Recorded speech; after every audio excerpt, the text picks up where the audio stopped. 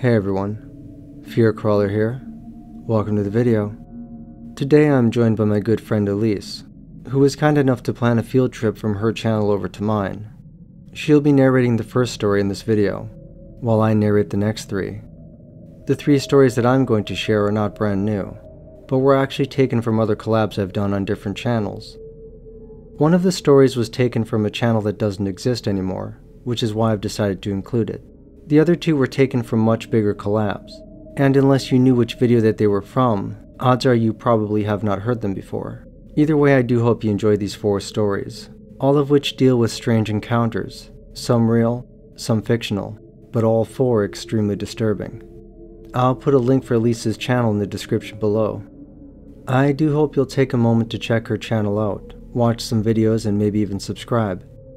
So sit back, relax, dim the lights, and hold on to something.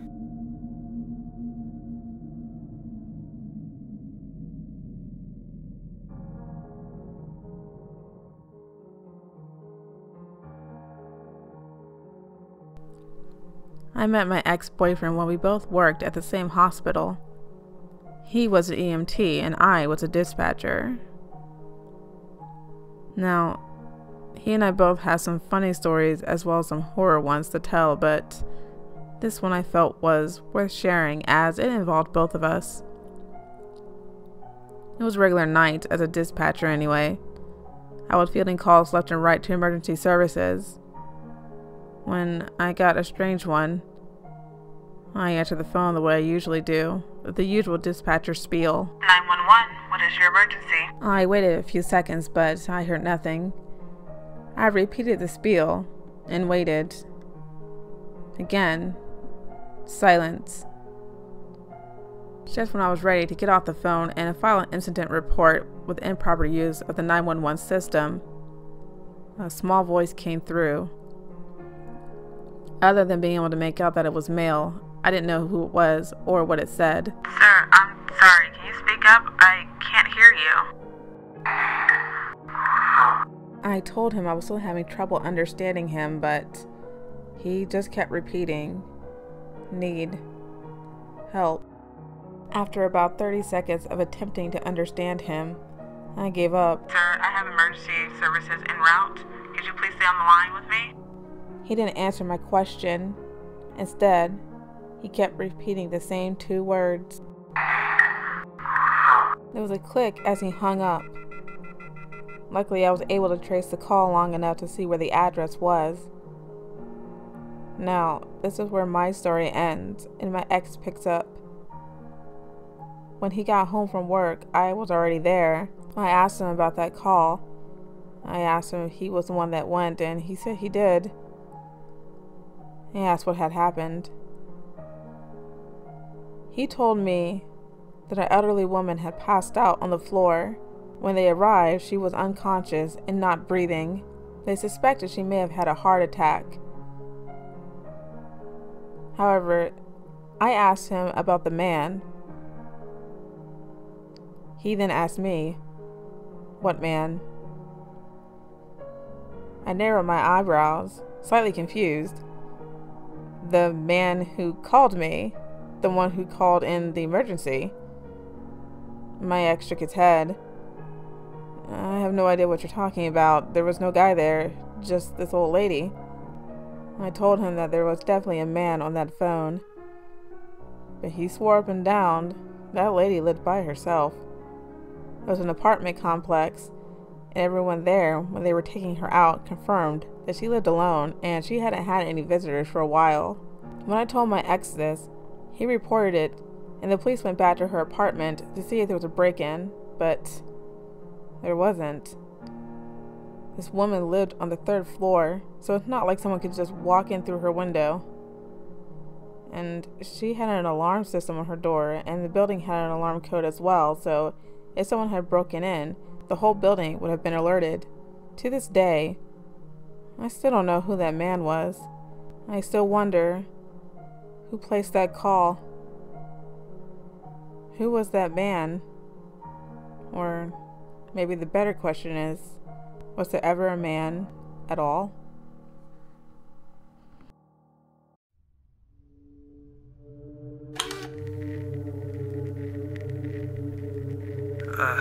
Test 1, 2. This is James Evans. It's October 11th, 1992. I'm recording this to document the events of the last 8 nights.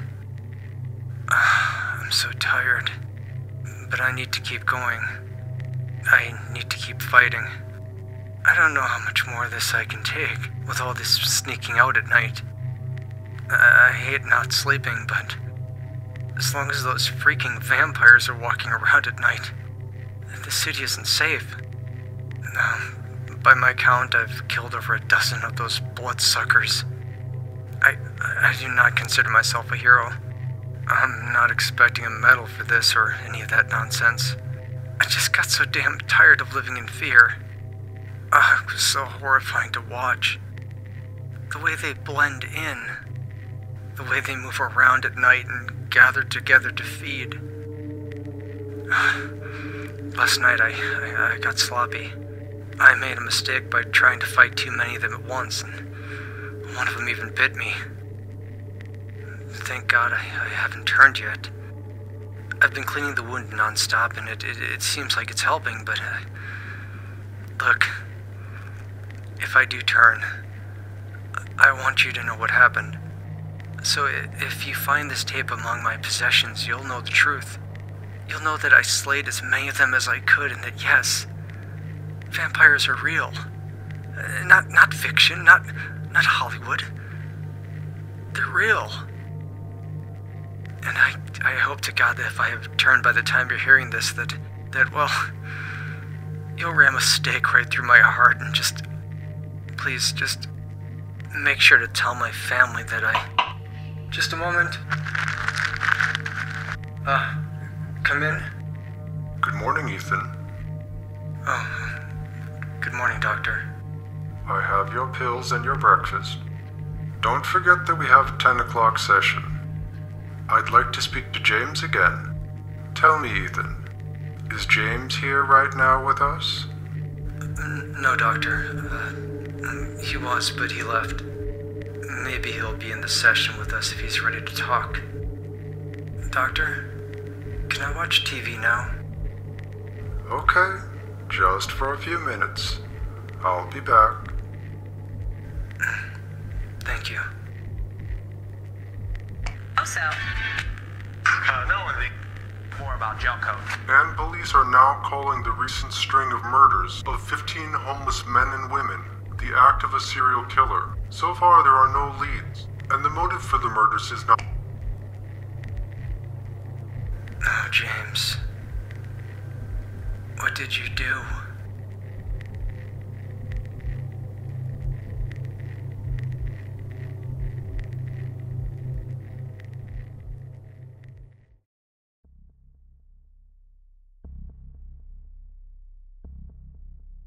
I was browsing the deep web for a few hours. It was after 3 a.m. I've heard it's better to use the deep web at night. Less traffic that way. I found a few interesting sites. There's tons of religious stuff on there. You'd be surprised how often you find Satanists, or at least people who claim to be Satanists. Most of the time it's likely to be some edgy teenagers rebelling against their religious families. I won't get into my religious views, so don't worry. There are loads of conspiracy blogs as well, both interesting and hilarious. Everything from Justin Bieber is secretly a reptilian member of the Illuminati, to leaked files on human experimentation. There was even a guy who claimed to have stumbled across interdimensional travel via falling into an actual rabbit hole, as in a literal physical hole in the ground, made by a rabbit. I'd say you can't make this stuff up, but clearly you can. And I was serious about the human experimentation, by the way. You're going to want to avoid that kind of stuff. If you had any faith in humanity, you'd lose it in a heartbeat. I hope that stuff wasn't legit. I mean, dear God. Gun shops, drug shops, celebrity nudes, pirated movies, hackers for hire, hitmen, virus programmers, script kiddies, stolen credit cards, you name it. There was one site that sold stolen US currency that was supposed to be marked for shredding due to age or poor condition. Seems like they got a lot of business too. No wonder the economy is in the toilet. Don't get me wrong, there is a lot of legitimate stuff on there too. I visited the site of a really smart dude who was creating his own custom OS. Even had games and stuff on it. Funny things too. A mock cult made for people named Dan was among my favorites. The people that weren't maniacs seemed to be open-minded if a little paranoid. Then I came across a site that supposedly gives you access to the webcams of people's personal laptops. I'm curious. I shouldn't have been, I know. I'm not expecting to see some cam girls here. Just some slack-jawed ding-dongs staring blankly at their screens, watching Let's Plays or stuff like that. And that's exactly what I saw. Neckbeards, teenagers, old men looking confused. The works. And here's me, laughing at unsuspecting people. And then I saw myself. I thought sarcastically. It's tapping into my camera and trying to give me a good scare. It almost did at first. Even so, I logged off. I kind of realized how bad what I was doing was, not to mention how illegal it was. I went back to the clear web and watched some Netflix. Soon enough, I had all but forgotten about my deep web exploits. Then my Skype starts ringing.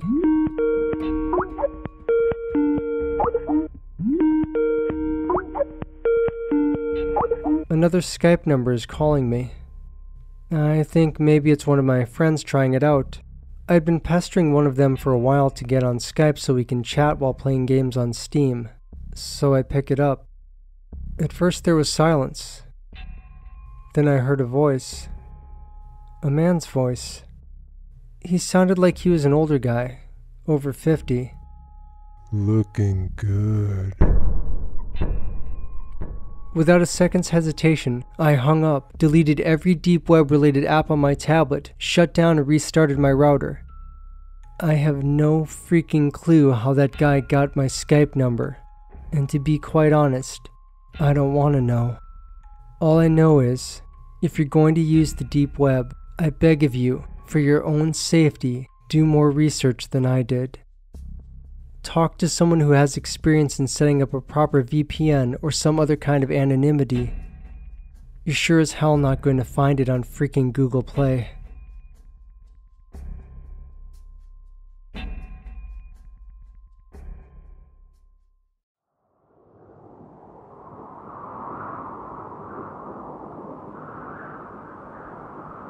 Mike is lazily jogging on the leaf-covered dirt road that runs through the forest near his house.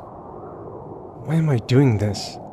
I could have been snoozing under my warm blanket all cozy and stuff, he thinks, stopping to catch his breath. Running can't be healthy. Can't be. I'm sweating, my body is aching, I feel like I'm gonna throw up. There's nothing healthy about that. At the turn of the path, he spots another jogger. Groaning, Mike straightens up and starts to sluggishly jog again. Getting closer, he can see that the other jogger is a woman, her chestnut hair tied into a ponytail, and her breasts bobbing up and down hypnotically. The two joggers pass each other. Mike turns his neck awkwardly around to get a better look at the woman's behind. Damn, he mumbles, a bit louder than he would have liked. The woman turns around and the two joggers lock eyes. Mike loses his balance and stumbles forward. He lowers his head and sprints away as quickly as his fat legs allow him. Shit! After spending the past months pitying his fat blob of a body, he finally made the decision to start exercising. Instead of spending his hard-earned money to get a subscription at his local gym, he decided to start jogging in the forest near his house. As a matter of fact, lots of people used to go to the forest to exercise. Even a nice curling pathway that runs through the whole forest was paved to help joggers find their way through the densely wooded area. Inexplicably, people gradually stopped going there. All the better for Mike, who can now jog in peace. Mike leans against a tree to catch his breath. That little sprint really got to him. He takes a good look at the forest around him. The tall trees provide nice, thick shading, and the birds chirp lovely, cheerful tunes. His vision gets lost in a sea of brown and red leaves. He breathes in the earthy smells of the forest. The tranquility of the woods calms his nerves and soothes his spirit. Mike, for the first time in his life, feels connected to the natural world around him. His heartbeat synchronizes with the rhythm of the forest, and his breath joins the sounds of nature in the timeless chorus of life. Then, a feeling of unease creeps into Mike's heart, breaking the serenity of the moment. A shiver runs down his spine and the hair on the back of his neck stands up. He finds himself staring deep into the forest. The world around him feels like a dream. He has no control over his body as his legs carry him towards the center of the forest. Drunkenly, he looks around. Time seems to have stopped and an eerie stillness hangs in the air as he walks past trees and bushes. A crunching sound brings Mike back to his senses. He looks at his feet. He has stepped on a twig, snapping it in half. "Weird," he mutters. Confused, he walks back to the paved path. Silence has fallen over the woods, and he can't shake off the feeling that something sinister lurks in the bowels of the forest. After a few minutes of uneventful jogging, he sees something out of place in the distance. He squints, but he can't make out much. When he gets close enough to the weird object, he realizes that it is simply a chair out in the woods. Mike can't help but feel a bit weirded out by a chair abandoned in a forest. It seems off. Next morning finds Mike once again jogging across the muddy track. God, my body hurts so badly.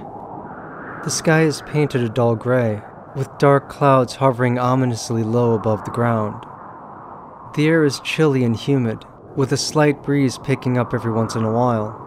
Mike had to put on a heavy hoodie to fend off the cold.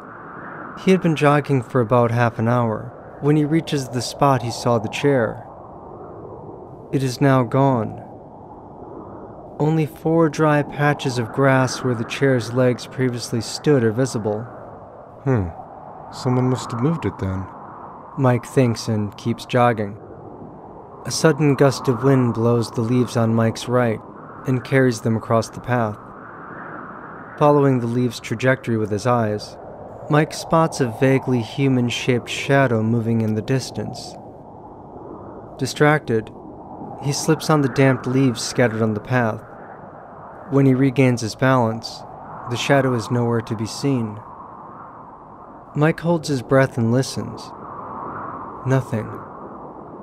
Just my overactive imagination, he thinks and resumes jogging, casting a quick look over his shoulder just to be safe.